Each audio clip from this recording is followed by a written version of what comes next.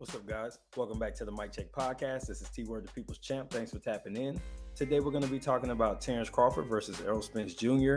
and their upcoming fight on July 29th at T-Mobile Arena in Las Vegas. But before we get into the video, don't forget to like, comment, and subscribe. We appreciate that feedback. All right, so we're about to get into this video, but you know what? We got to do the camera for this. Got to. The excitement of this fight, man. We got the first press conference today, and I'm so ready for this fight to happen, man. A lot has been going on about this. We got to turn these lights off. We're just going to get straight to it. So the first press conference was held in LA, and it was like, it's really hard to put into words exactly what I think, because it's just that feeling, you know, that excitement, like when they're doing the introduction of the starting lineups in the Super Bowl or the NBA or something like that. You know what I'm saying? When they introduce the people, you just get that feeling of excitement, like a big moment is coming up.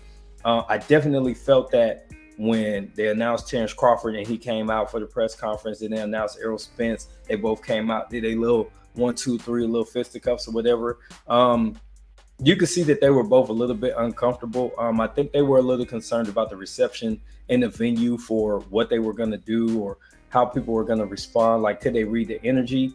But over the course of the presentation, you could see that everybody got comfortable, and it became what we expected. And it was just kind of like that first just salvo of shots across the bow. You know, just, hey, this is just whetting the appetite.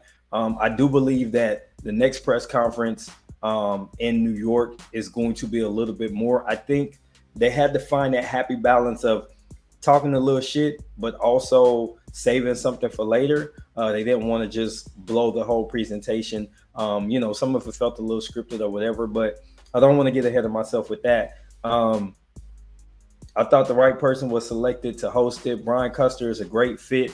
You know, he's good at what he does. And even he kept the governor on a little bit. I think, like I said, they're trying to just figure out exactly how they wanted to play round 1 and then press conference 2. You're going to see something a little bit more different. I think the fighters are going to probably be seated a little bit close together on the stage. I think they're going to try to put them in each other's presence a little bit more, because think back to Ryan and Tank's press conferences. In the first one, Tank was late and all that bullshit, but they both kind of try to figure out what they want to do. And then in the second one, it was a lot more engaging and involved. These are two even less talkative people. Well, nobody's less talkative than Tank, but these guys combined don't have that pop and sizzle that you get from a Ryan Garcia who can run that mouth, right? So I hope that they don't feed them too much scripted stuff to say, like, you know, Errol, you know, this is going to be fight of the century, last 30, 40 years, etc., etc. You know, Bud was sticking to his fish fry and going with the fish analogy and things like that. I thought that both of them had pretty corny shticks going on. But the effort was there, and I think that's what we came for. How much effort are they going to put into the presentation? We know these dudes aren't talkers. We know they aren't big trash talkers. And if they're not going to recreate that night in the underlings and the under area of the arena at the Hooker fight, if they're not going to recreate that moment, I just think they could do something different. Just, you know, they can't talk about strategy, obviously, but overall, I'm just saying my excitement level was there. Like, I don't want to overanalyze this because it's just a press conference, but considering where we were just a month ago in regards to this fight and where we are now, man, that's leaps and bounds. Like, this shit is freaking amazing. I'm pretty stoked about it. The price came out. It's going to be $84.99 to get the fight. This came from Boxing Scene, I believe, and I think they dropped the price for Tank and Ryan, and they were accurate. So $84.99 is a surprise. I was expecting $100, a cool $99.99, but I was gonna pay it either way. Looking at a fight party, something like that. But ultimately, this reinvigorated the fire for the fight. You know what I mean? This let us know this is serious business.